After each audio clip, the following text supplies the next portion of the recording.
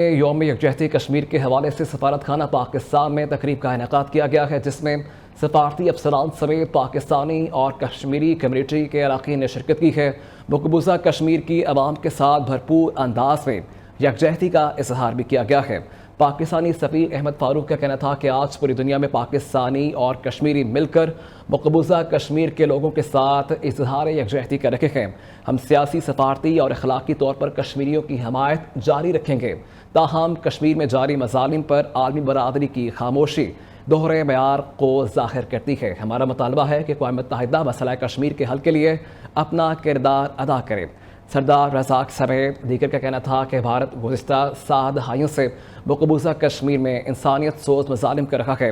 اقوام متحدہ خاموش تماشائی کا کردار ادا کر رہا ہے، مگر جب تک کشمیر کی آزادی کا حصول ممکن نہیں ہوتا تب تک ہماری جدوجہد جاری رہے گی۔ تقریب میں سفارت خانہ پاکستان کے سیکرٹری ایمن ندیم، شفیق احمد اور واحد قیانی نے صدر وزیر اعظم کے پیغامات سنائے۔